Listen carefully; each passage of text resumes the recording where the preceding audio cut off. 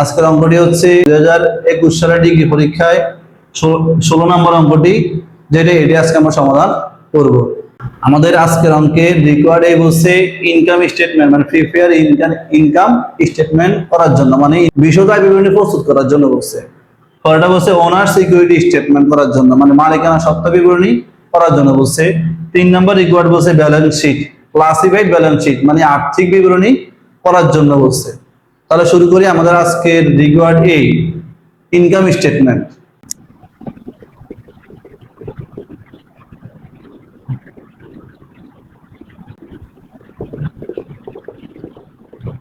তাহলে আমরা আজকের অঙ্কের রিকোয়ার্ডে বলছি প্রিপেয়ার ইনকাম স্টেটমেন্ট, একটি বিশদ আয় বিবরণী প্রস্তুত করার জন্য।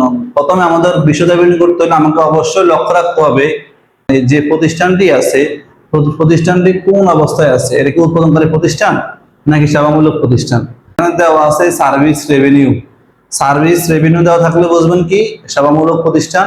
তাহলে সেক্ষেত্রে আমাদের মোট আয় থেকে মোট ব্যয় বিয়োগ করলে আমাদের কি হয়ে যাবে? ইনকাম স্টেটমেন্টের নিট ইনকাম অথবা নিট লস বের হয়ে যাবে। আর যদি এটা পারচেজ অথবা সেলস দেওয়া থাকতো, পারচেজ অথবা সেলস দেওয়া থাকতো, সেক্ষেত্রে এখানে আমাদের কি মাল্টি স্টেপ ইনকাম স্টেটমেন্ট করা দরকার ছিল। যেহেতু এখানে আমাদের কি সিঙ্গেল স্টেপ, মানে আয় সমূহ থেকে ব্যয় সমূহ বাদ দিতে হবে। তাহলে শুরু করি। এই অঙ্কের প্রথম আয় দেওয়া আছে সার্ভিস রেভিনিউ, লিখলাম সার্ভিস রেভিনিউ।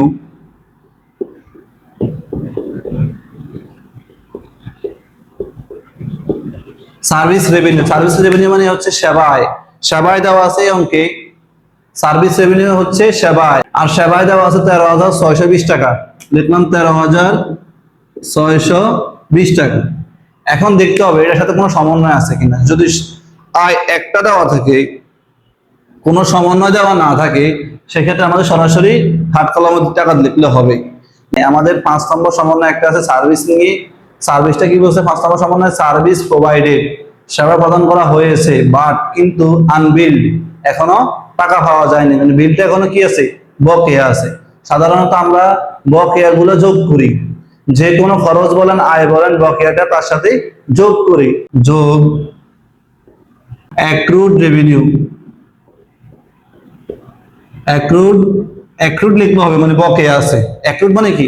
বকেয়া। পেবল মানে বকেয়া। সাধারণত পেবলটা আমরা দায়ের দিকে কাউন্ট করি, পেবল এখানে লিখলে হবে, সমস্যা নেই, বকেয়া তো। তাহলে হচ্ছে অ্যাক্রুড কত আছে? 750 টাকা। সার্ভিস রেভিনিউর সাথে সার্ভিস আনবিল্ড মানে কি? বকেয়া আছে অথবা অ্যাক্রুড বকেয়া আছে, এখানে আনবিল্ড লিখলে হবে। তো যোগ করলে কত হয়? 14,370।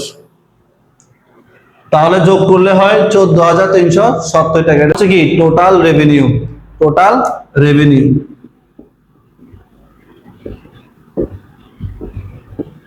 তাহলে আমাদের টোটাল রেভিনিউ কত বেরিয়েছে? 14,370 টাকা। মোট আয়, মোট আয় বাইরে। এখন আমাকে কি করতে হবে? এই মোট আয় থেকে মোট ব্যয়টা বাদ দিলে আমাদের কি হয়ে যাবে? নিট মুনাফা বা নিট ক্ষতি বাইরে হবে।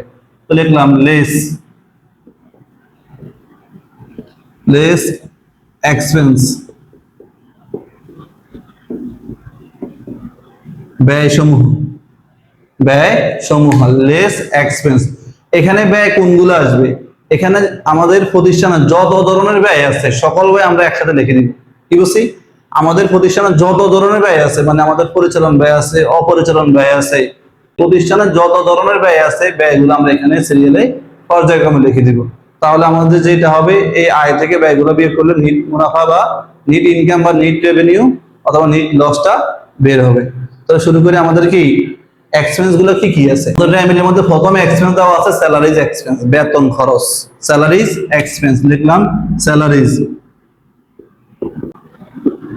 Salaries expense. বেতন খরচ কত টাকা দেওয়া আছে? 6,200 টাকা। এখন দেখতে হবে যে খরচটা আপনি লিখতেছেন রেভিনিউ থেকে, দেখতে হবে সমন্বয়ের মধ্যে ওই নামের কোনো সমন্বয় আছে কিনা। স্যালারিজ নিয়ে আমাদের এই কোনো সমন্বয় নাই, তো সরাসরি আমি লিখে দিই 2,200 টাকা। তাহলে আমার প্রথম খরচ পাইছি স্যালারিজ এক্সপেন্স, বেতন খরচ। মানে পরের যে খরচটা আছে ওই খরচটার নাম হচ্ছে ট্রাভেল এক্সপেন্স, মানে ভ্রমণ খরচ। ভ্রমণ খরচ দেওয়া আছে 1,300 টাকা, 1,300 টাকা। লিখলাম ট্রাভেল।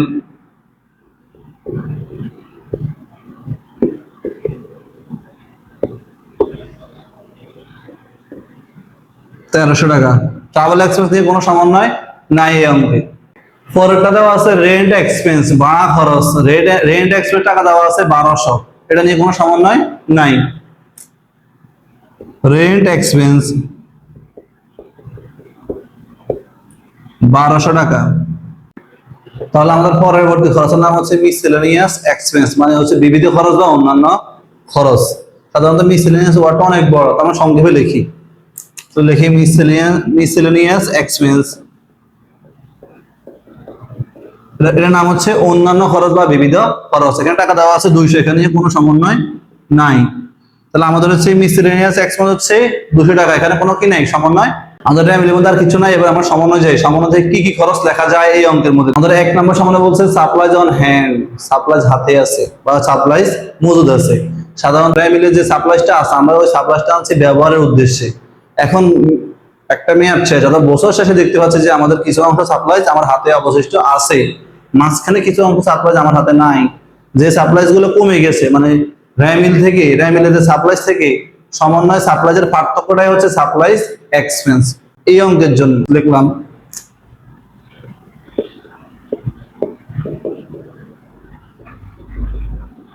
1050 টাকা। আর সমন্বয় বলছে সাপ্লাইজ বর্তমানে হাতে আছে 750 টাকা, 750।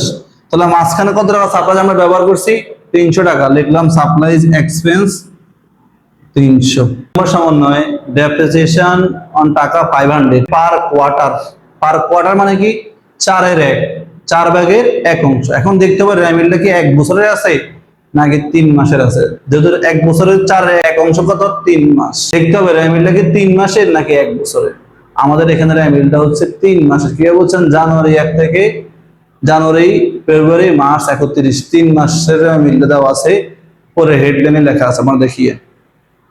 তো সরাসরি যেহেতু দেওয়া আছে কোয়ার্টার কত টাকা? 500 টাকা। ডেপ্রিসিয়েশন এক্সপেন্স লিখে দিলাম, ডেপ্রিসিয়েশন এক্সপেন্স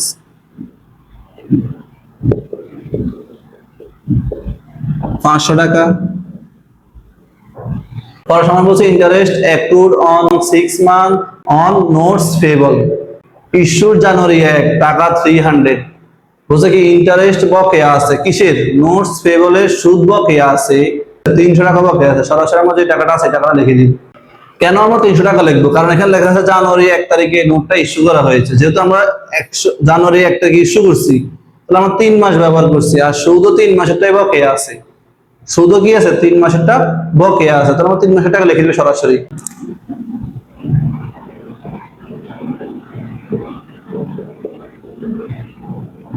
ইন্টারেস্ট এক্সপেন্স টাকা হচ্ছে 300। তো লিখলাম ইন্টারেস্ট এক্সপেন্স টাকা কত? 300। পরের সমন্বয় বলছে insurance expires of the rate of টাকা 150 পার মান্থ। অর্থ হচ্ছে প্রতি মাসে অগ্রিম বীমার 150 টাকা করে কি হয়েছে? মেয়াদ উত্তীর্ণ হয়েছে। মনে রাখবেন, কোন অগ্রিম খরচে যদি মেয়াদ উত্তীর্ণ হয়, যতটুকু অংশের মেয়াদ উত্তীর্ণ হয়েছে সেটাই হচ্ছে কি? সেটাই হচ্ছে বীমা খরচ। সেটাই হচ্ছে বীমা খরচ। এখন বলছে প্রতি মাসে 150 টাকা করে মেয়াদ উত্তীর্ণ হয়েছে। আমাদের অঙ্ক হচ্ছে 3 মাস। তাহলে আমরা লিখবো কি ইন্স্যুরেন্স এক্সপেন্স 150 গুণ 3। দেখলাম ইন্স্যুরেন্স এক্সপেন্স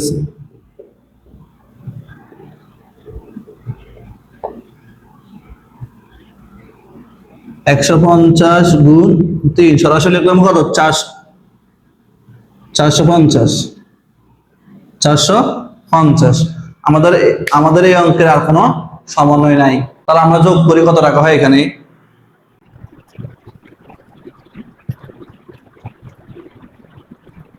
আমাদের এই অঙ্ক যোগ করলে হয় 6450। 6450 লিখলাম, 6450 টাকা। এটা হচ্ছে মোট ব্যয়। তাহলে আমরা আয় থেকে ব্যয়গুলো যদি বাদ দিই, আয় থেকে ব্যয়গুলো বাদ দিলে যদি আয়ের অংশ বেশি হয়, তাহলে নিট লাভ বাইরে হবে 6000। তাহলে হয় 7920 টাকা নিট লাভ।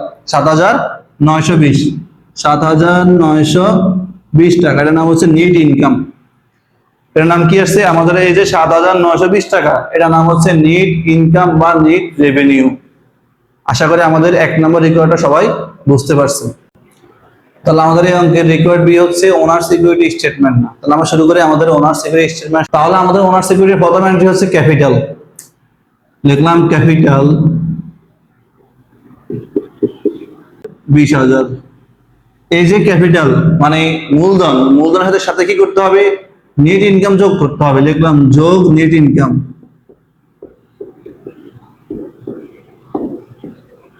তাহলে নেট ইনকামটা আমরা কোথা পাবো, নেট ইনকামটা আমাদের রিকোয়ার্ড এর উত্তর যেটা পেয়েছি ওইটা আমাদের লিখতে হবে। নেট ইনকামটা হচ্ছে আমাদের রিকোয়ার্ড এ এর উত্তর যেটা পেয়েছি আমরা ওইটা এখানে কি হবে, নেট ইনকাম। নেট ইনকাম হচ্ছে 7,920, লিখলাম 7,920 যোগ করলে হয় 27,920 টাকা। এই যে টাকা আছে এই টাকা থেকে কি করতে হবে, ড্রয়িংস মানে উত্তোলন বাদ দিতে হবে। এখানে আছে উইথড্র অথবা ড্রয়িংস দেওয়া আছে মাইনাস ড্রয়িংস। উত্তোলন কত টাকা দেওয়া আছে এই অঙ্কে, এই উত্তোলন দেওয়া আছে 600 টাকা, লিখলাম বিয়োগ 600। তাহলে আমাদের আর কোনো এন্ট্রি দেওয়া নাই। তাহলে আমরা কি করছি, ক্যাপিটালের সাথে নেট ইনকাম যোগ করছি, যোগ করার পর উত্তোলনটা বিয়োগ করলে কি হবে, ওনার সিকিউরিটি স্টেটমেন্টের ব্যালেন্স বের হবে। তাহলে হচ্ছে আমাদের বিয়োগ করলে হয় 27,320 টাকা। এটাই ক্লোজ, এটাই আনসার, এটাই ওনার সিকিউরিটি স্টেটমেন্টের ব্যালেন্স। আশা করি বুঝতে পারছেন। আমাদের রিকোয়ার্ড সি হচ্ছে ক্লাসিফাইড ব্যালেন্স শিট।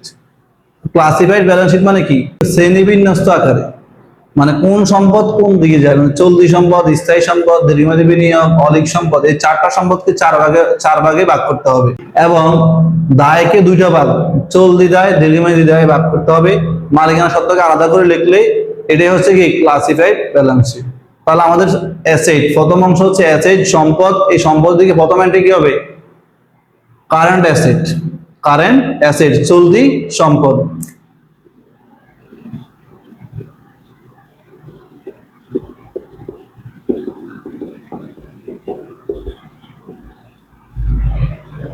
তাহলে দেখতে হবে আমাদের এই অঙ্কে চলতি সম্পদ কি কি আছে। আমাদের এই অঙ্কে প্রথম চলতি সম্পদ হচ্ছে ক্যাশ, একবার মিলে প্রথম এন্ট্রি ক্যাশ দেওয়া আছে নগদ টাকা, নগদ টাকা দেওয়া আছে 11,400, লিখলাম ক্যাশ, ক্যাশ নগদ টাকা হচ্ছে 11,400 টাকা।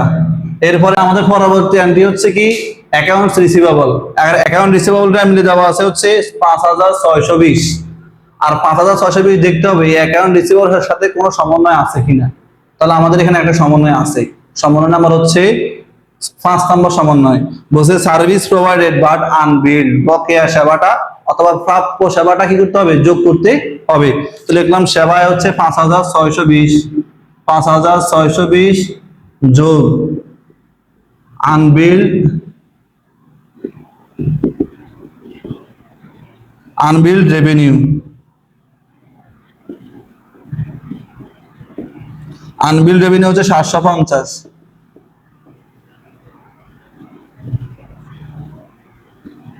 6,370 টাকা আমাদের কি অ্যাকাউন্টস রিসিভেবল বাইরে। পরবর্তী এন্ট্রি হচ্ছে সাপ্লাই, সাপ্লাই যে সমন্বয় আছে আমরা পরবর্তীতে কাজ করি।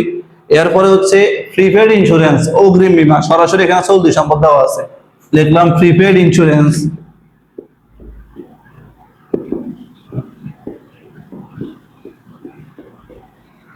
প্রিপেড ইন্স্যুরেন্স টাকা দেওয়া আছে হচ্ছে 2,400, লিখলাম টাকা হচ্ছে 2,400।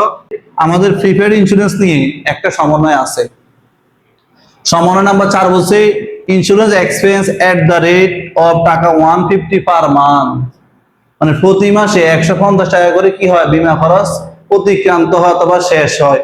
তো লিখলাম minus insurance expense, insurance expense বলছে প্রতি মাসে 150 টাকা করে, 3 মাসে কত হয়, এটা ছোট করে লিখি, ইন্স্যুরেন্স এক্সপেন্স 150 গুণ 3, প্রতি মাসে 150, 3 মাসে হয় 450, তাহলে বাদ দিলে থাকে 1,950 টাকা, ঠিক আছে, আর থাকে 1,950 টাকা। এর পরবর্তী দেখি আর কোনো চলতি সম্পদ আছে কিনা র্যামিলের মধ্যে, র্যামিলের মধ্যে আর কোনো চলতি সম্পদ নাই। এবার সমন্বয় যাই, সমন্বয় প্রথম entry supplies on hand, supplies on hand, মনে রাখবেন সাপ্লাই যদি হাতে থাকে, মজুদ থাকে বা সমাপনী সাপ্লাইজ, এটা হচ্ছে চলতি সম্পদ, লিখলাম supplies on hand.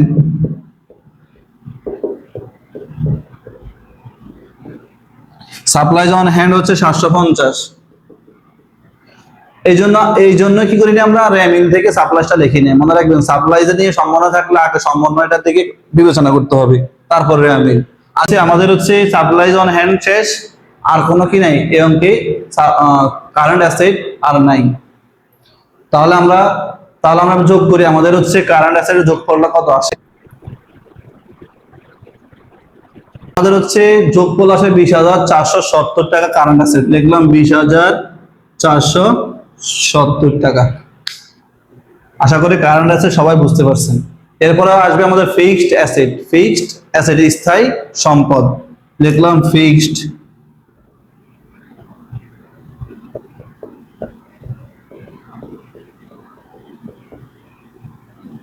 Fixed asset স্থায়ী সম্পদ। এখন দেখতে হবে আমাদের এই অঙ্কে ফিক্সড অ্যাসেট কি কি আছে। আমাদের ফিক্সড অ্যাসেট আছে হচ্ছে ইকুইপমেন্ট, একটাই ফিক্সড অ্যাসেট আছে, এটার নাম হচ্ছে ইকুইপমেন্ট। আবার এই ইকুইপমেন্টের একটা সমন্বয় আছে, বছর অবশ্যই আছে 500 টাকা। কত টাকা?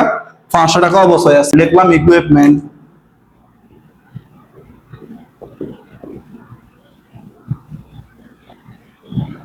ইকুইপমেন্ট টাকার পরিমাণ হচ্ছে, ইকুইপমেন্ট টাকা হচ্ছে 30,000 টাকা, লিখলাম। যেহেতু একটা এন্ট্রি আমরা এখানে লিখি 30,000 টাকা। আর ইকুইপমেন্ট নিয়ে আমাদের একটা সমন্বয় আছে, সমন্বয়টার নাম হচ্ছে ডেপ্রিসিয়েশন এক্সপেন্স, তো লিখলাম মাইনাস ডেপ্রিসিয়েশন এক্সপেন্স 500, আর তাকে 29,500। এরপর আসবে কি লং টার্ম ইনভেস্টমেন্ট। কি লং টার্ম অথবা ইনভেস্টমেন্ট লিখলে হয়, লং টার্ম লেখার দরকার নাই। ইনভেস্টমেন্ট, এখন আমাদের এখানে কোনো ইনভেস্টমেন্ট নাই। এরপর আসে ইনট্যানজিবল অ্যাসেট, অলিক সম্পদ। এখানে কোনো অলিক সম্পদ নাই, তাহলে আমাদের এই সম্পদের টাকা দুটো যোগ করলে আমাদের উত্তর হয়ে যাবে। উত্তর হচ্ছে 49,970। এটা হচ্ছে টোটাল অ্যাসেটস। এটা কি? এটা হচ্ছে টোটাল অ্যাসেট, যোগফল হচ্ছে 49,970 টাকা। তাহলে আমাদের পরবর্তী স্টেপ আসবে লাইবিলিটিজ এন্ড ওনার্স ইকুইটি। আমরা দেখেন লেখা শেষ লাইবিলিটিজ এন্ড ওনার্স ইকুইটি। আর লাইবিলিটিজ এন্ড ওনার্স ইকুইটির একটাই হচ্ছে কারেন্ট লাইবিলিটিজ, চলতি দায়। এখন দেখতে হবে আমাদের এই অঙ্কে চলতি দায় কি কি আছে। চলতি দায় প্রথমে হচ্ছে নোটস পেয়েবল। নোটস পেয়েবল, লিখলাম নোটস পেয়েবল। নোটস পেয়েবল 10,000 টাকা। এরপরে আমাদের আরেকটা হচ্ছে অ্যাকাউন্টস পেয়েবল। তাহলে আমাদের পরবর্তী সমন্বয়ের নাম হচ্ছে অ্যাকাউন্টস পেয়েবল, 12,350 টাকা। কোনো চলতে যায় না, এবার সমন্বয় যাই। বলছে ইন্টারেস্টটা কি আছে? বকেয়া আছে, লিখলাম ইন্টারেস্ট পেয়েবল।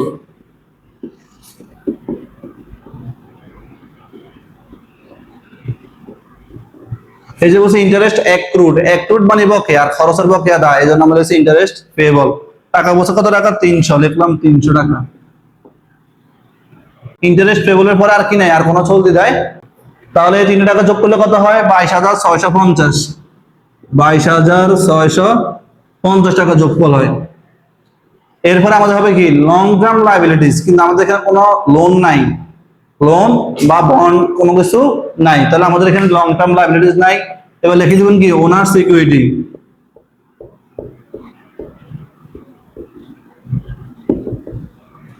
আমাদের ওনার্স ইকুইটির টাকাটা আমরা রিকোয়ার্ড 2 তে পেয়েছি 27,320 টাকা, 27,320 টাকা। তাহলে আমাদের কি সরাসরি সবকিছু লেখা শেষ। দায়ের মধ্যে শুধু 2টা স্টেপ, একটা হচ্ছে এই অঙ্কের জন্য 2টা স্টেপ, সাধারণত 3টা স্টেপ হয়। এখানে আছে কারেন্ট লাইবিলিটিস আর আছে ওনার্স ইকুইটি। সরাসরি যোগ করলে কত হয়? 49,970। 49,970। আমাদের সম্পদের পাশে 49,970 হয়েছে, দায় এবং মালিকানা সত্ত্বের পাশে 69,970 টাকা হয়েছে। দুই পাশের টাকা সমান, আশা করি সবাই বুঝতে পারছেন। যদি আমার ভিডিওগুলো আপনাদের ভালো লেগে থাকে, আশা করি আমার ভিডিওগুলো আপনাদের বন্ধুদের মাঝে শেয়ার করবেন। যত বেশি শেয়ার করতে পারেন, তাহলে আপনাদের অনুপ্রেরণার কারণে আমি আরো বিভিন্ন নতুন নতুন অধ্যায়ের ভিডিও নিয়ে আসতে পারবো। আর বিশেষ করে আমার ইউটিউব চ্যানেলটি সবাই সাবস্ক্রাইব করে দিবেন। সবাই ভালো থাকবেন। আসসালামু আলাইকুম।